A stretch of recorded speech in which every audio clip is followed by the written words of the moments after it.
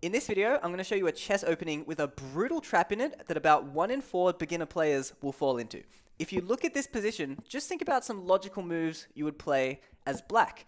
The big blunder that, again, 1 in 4 beginners will make is they will play h6 here. It looks so normal, you're just getting rid of this annoying knight, but the key move to remember that comes out of nowhere is this knight sacrifice. I'll show you the line. You basically end up winning the queen. It is awesome. It'll throw your opponents off. So let's take a look. It's called the Tennison Gambit. And afterwards, we'll have a quick look at a game with Hikaru so that you can know how to play this opening even if they don't fall for this exact trap. So the best move to start out the Tennison Gambit is by playing knight f3. The reason is because you really want your opponent to play d5. This kind of forces them because if they were to just play e5, well, that's just a free pawn. And that's the upside even with knight f3 on the first move. You might just confuse your opponent enough. But if they play d5, the next move to remember is our gambit. We play e4. So any other setup, you're just going to have to play what you're most comfortable with. But this is what we have. So they can decline it, which is normal. And if they do, again, you might just have to play some boring chess. Sometimes happens. But most players will take the pawn. And then this is where we play the interesting move. We jump our knight forward. So we're attacking this pawn, and we're threatening to get a pretty centralized knight, which would be great. So black has two main ways to defend this pawn. So the first is to play knight f6, which is the most natural. Or, I'll quickly show you this. If they play f5, which looks like they're really trying to hang on to that pawn, just remember to bring your bishop out to c4 here. Already you're kind of playing this fried liver style. You're going after this fork here. And black actually has no good way to defend this. Basically, if they jump their knight over here, well then this knight is going to live here forever, and you're chilling. Or, if you can see, the best engine move is actually just to sack the pawn immediately. So, just remember that bishop c4 if they try and hang on with the pawn. But if they go with the knight, the next move to remember is d3. Now again, they can spoil our party, and this is the line we'll see with Hikaru later. The really annoying move here, but you won't see it too much, is bishop g4. Most players will just take, and then we take back with the bishop. Now, black has a few moves here. The best move is to make sure they defend this queen, because like I mentioned earlier, the mistake with h6 actually loses that queen. So if black plays knight c3 here, well, you're just going to be in for a game down a pawn. All you do is you castle, and it's honestly quite fun to play down a pawn. You can see the center is really open because we don't have any of these two pawns here. And you can play some really aggressive chess. You can already see black is also not particularly close to castling. So definitely don't be afraid of just playing a pawn down. But we do want to look at the trap. Like I mentioned, they fall into the trap if they play h6. But again, it's about this queen being undefended. So if they just make any move that doesn't address that, even a6, we have this same sacrifice idea. So we have h6, you sacrifice your knight. So this is a fork on the queen and the rook. So black has to respond to it, and the best move is to take with the king.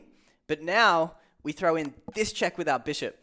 Here's where the discovery comes. You can see our queen is now attacking theirs, and because the bishop is here, it actually is not allowing the king to go back to defend the queen. So the king has to take, and then that's how you've won a queen straight out of the opening. So it'll work 1 in 4. It's a lot of fun to play, but there is one final trap you have to be a bit careful of once you are in this position. So let's say black just plays e5.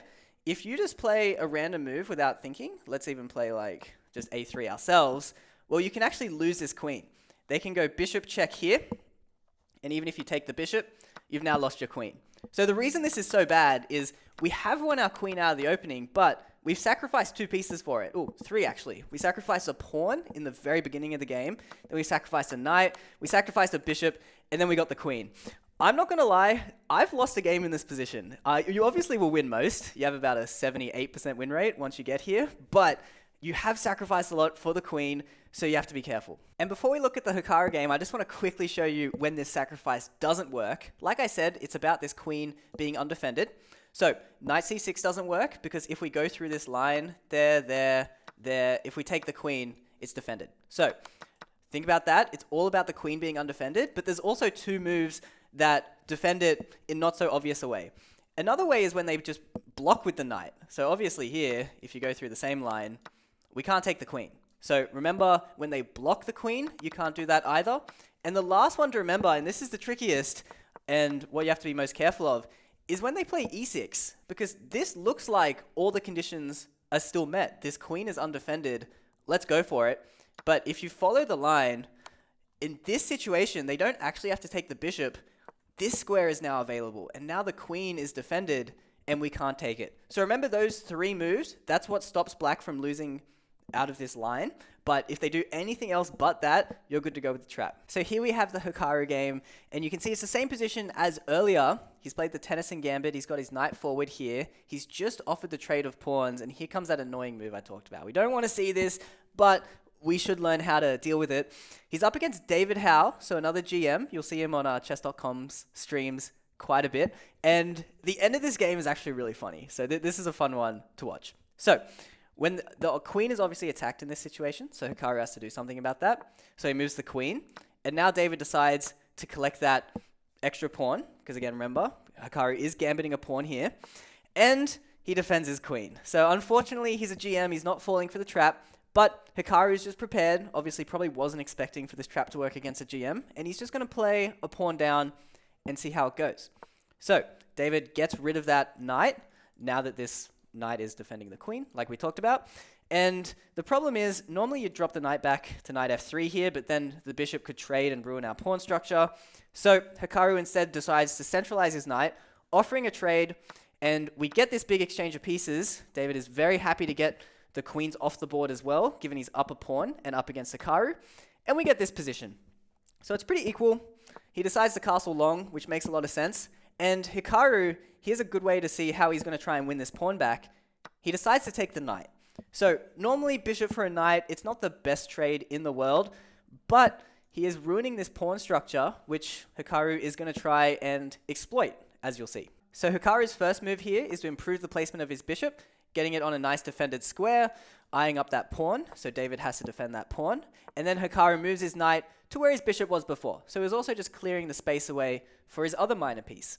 In this situation, David just pushes his pawn, getting prepared to develop this bishop potentially. And Hikaru starts jumping this knight forward. Again, he doubled these pawns, so he's trying to go after those pawns as soon as he can. David tries to counterattack this pawn here by redeploying his light squared bishop. But the problem is, Hikaru has knight a5 here.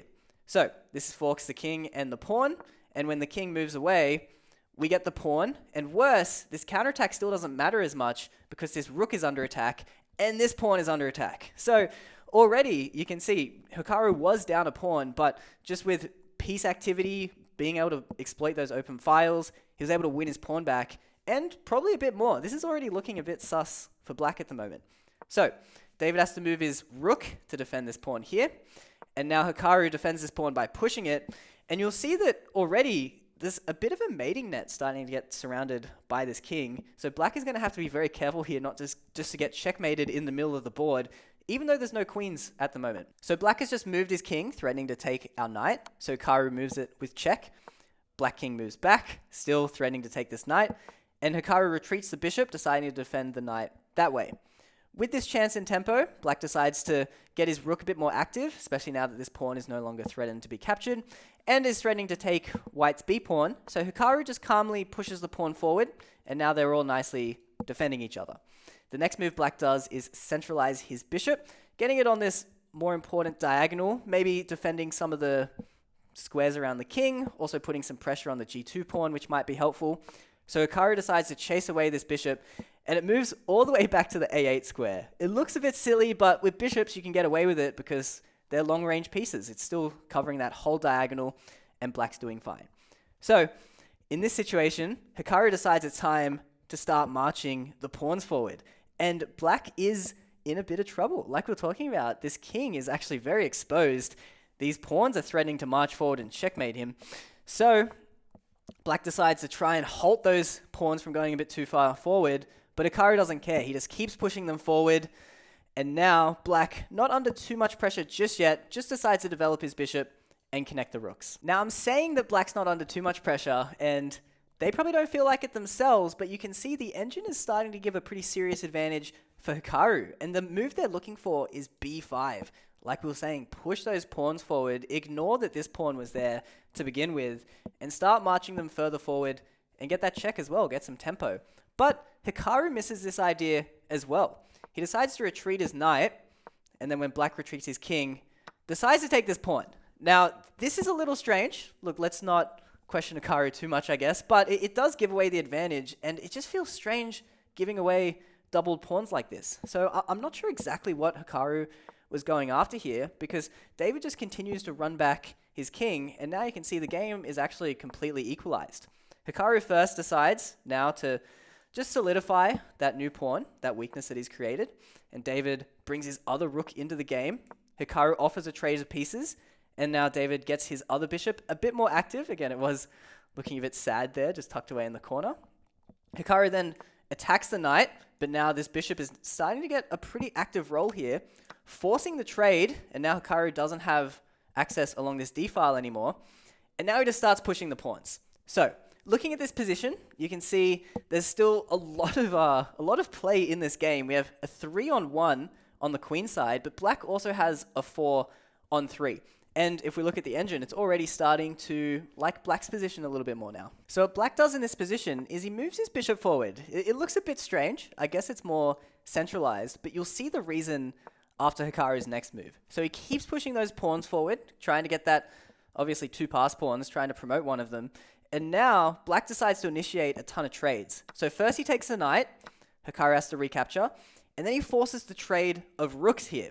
So Hikaru can't decline this trade and move the rook because of the pin with the king. So that's why Hikaru basically has to trade. And then we have this endgame. So it's heaps of imbalances. You can see we have 2 pass pawns. It's a 4-on-3 on the king side, but it is opposite colored bishops, which is generally drawish, and especially at the highest level, you have to assume this is a draw as well. But this is where the funny part of how this game ends comes into play. So I'll quickly show you. We've changed to full screen view here, and I said that this is a drawish endgame, opposite colored bishops. But if we look at the time, I'm not sure if I said this earlier, but this is a 3-minute blitz game without an increment. And David is down to 49 seconds, and Hikaru still has 1:54. We know how quick he plays, and that comes into effect. So we're up to move 33 at the moment, but I think this is like a 90-move game because Hikaru just flags him. Just watch this game. It's just opposite colored bishops. Hikaru's just making a bunch of moves. It's a draw the entire game. Like, the engine just thinks it's a total draw. But he's just shuffling his pieces, doing nothing.